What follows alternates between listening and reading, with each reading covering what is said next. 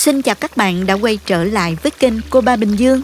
Nói nhỏ nghe nè, hôm nay mình sẽ tiết lộ một công thức chuối chiên mà mình rất quý. Không chỉ làm ăn chơi, bạn hoàn toàn có thể dùng công thức này để kinh doanh nha. Thành phẩm bánh chuối có vỏ ngoài giòn xốp, giữ được độ giòn rất lâu.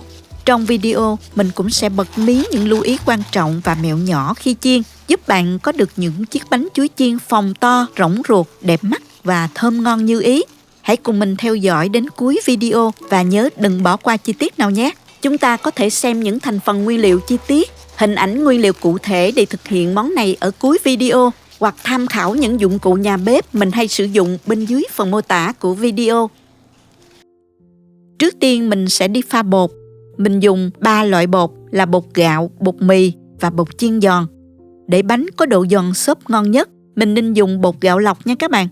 Mình dùng bột gạo lọc loại này nè. Các bạn chọn bột gạo mới, trắng và có độ tinh khiết ha. Bột sẽ thơm và không bị mùi mốc nha các bạn.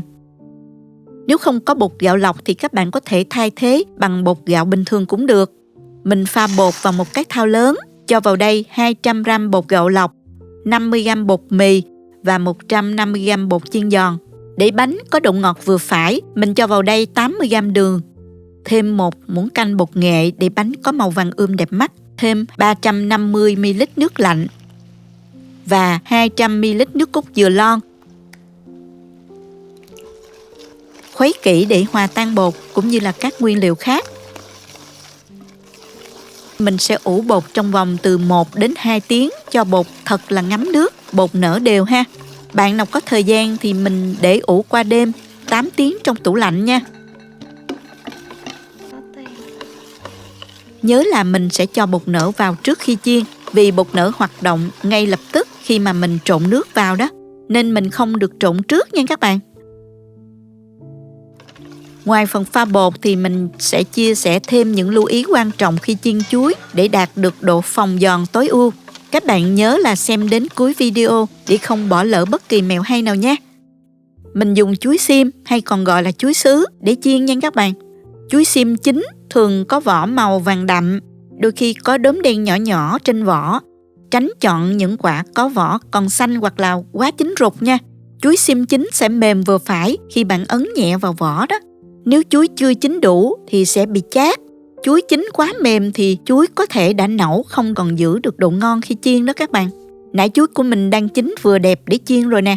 Bây giờ mình sẽ chuẩn bị bột để tiến hành chiên luôn ha. Phần bột mình lấy ra từ trong tủ lạnh và để ở nhiệt độ bình thường cho hết lạnh khoảng 2 tiếng. Và bây giờ pha vào đây thêm 1 muỗng canh bột nở, hòa tan. Thêm mè đen để tạo hương vị cho bánh chuối nha.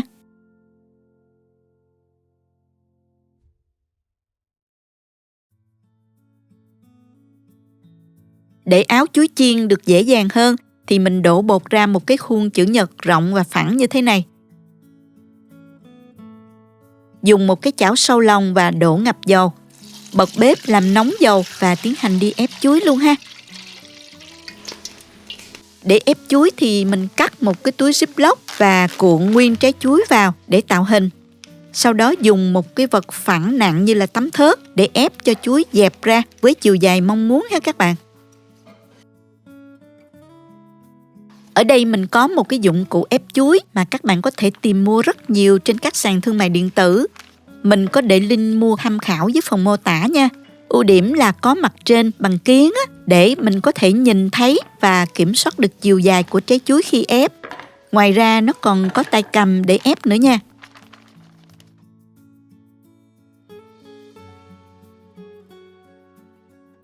Mình cho chuối vào và ấn từ từ xuống nè. Dài như thế này là ổn rồi đó. Mình cho chuối vào bột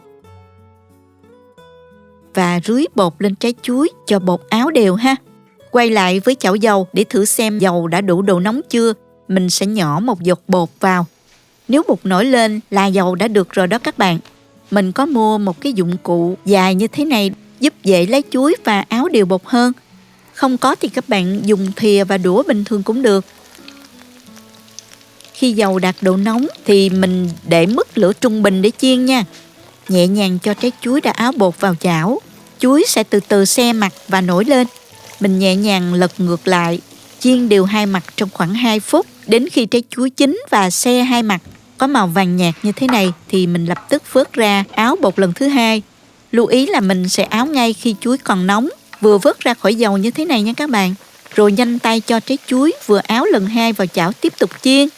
Lần này mình lưu ý là khi chuối vừa nổi lên là các bạn dùng muỗng để tưới dầu lên bánh chuối, hoặc là mình ấn chuối xuống cho ngập dầu. Những động tác này sẽ giúp cho chuối được nở phồng đều và to tròn hơn đó. Những trái chuối đầu tiên có thể nó cũng không được phồng to như ý muốn, nhưng càng chiên về sau thì bánh chuối sẽ dễ dàng phồng to hơn do dầu đã đạt độ nóng già rồi đó. Và mình cũng thao tác quen tay hơn nữa. Chiên đến khi vỏ ngoài của chuối có màu vàng giòn và phồng to như thế này, khoảng từ 3 đến 5 phút là được rồi đó các bạn. Mình vớt chuối chiên và để trên giấy thấm dầu cho ráo ha. Lưu ý là mình dùng vá để vớt hoặc là đỡ ở dưới bánh chuối, không dùng đũa kẹp sẽ làm xẹp hai bên của bánh chuối hen các bạn. Một lưu ý nữa là khi chiên xong, mình dựng đứng quả chuối lên và không để đè nhiều lớp chuối lên nhau để chuối được ráo dầu và không bị hấp hơi làm xẹp chuối.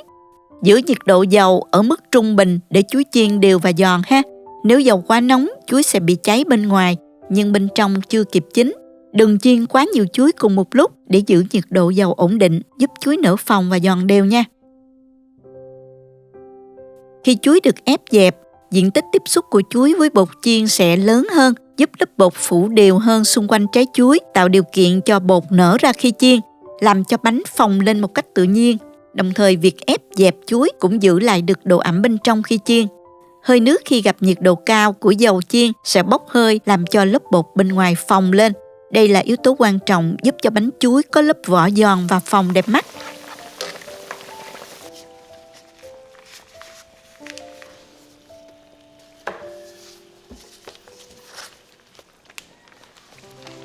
Mình cứ chiên như vậy cho đến khi hết bột và chuối ha.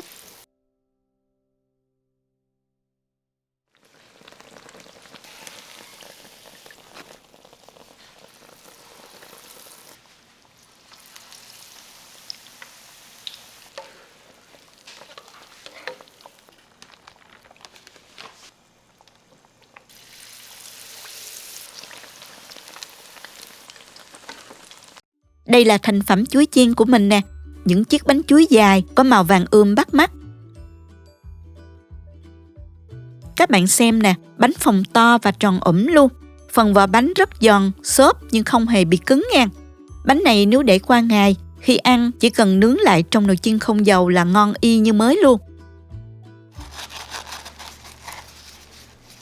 Bẻ bánh ra nè, bạn sẽ thấy phần ruột bánh rỗng, phồng giòn.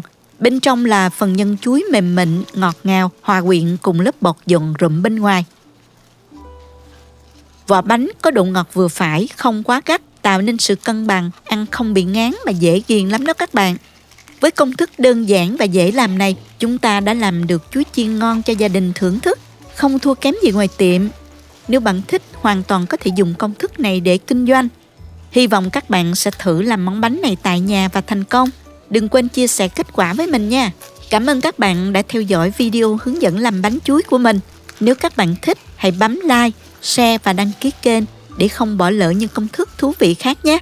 Nếu bất kỳ có câu hỏi hay góp ý nào, các bạn hãy để lại bình luận phía dưới. Mình rất mong nhận được sự phản hồi và chia sẻ từ các bạn. Cảm ơn các bạn rất nhiều. Hẹn gặp lại trong những video tiếp theo nhé.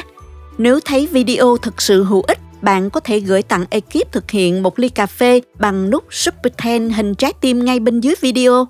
Các bạn cũng có thể truy cập website cobabình-dương.com để xem công thức nấu ăn dưới dạng bài viết. Chào tạm biệt và hẹn gặp lại các bạn trong video kỳ tới nha.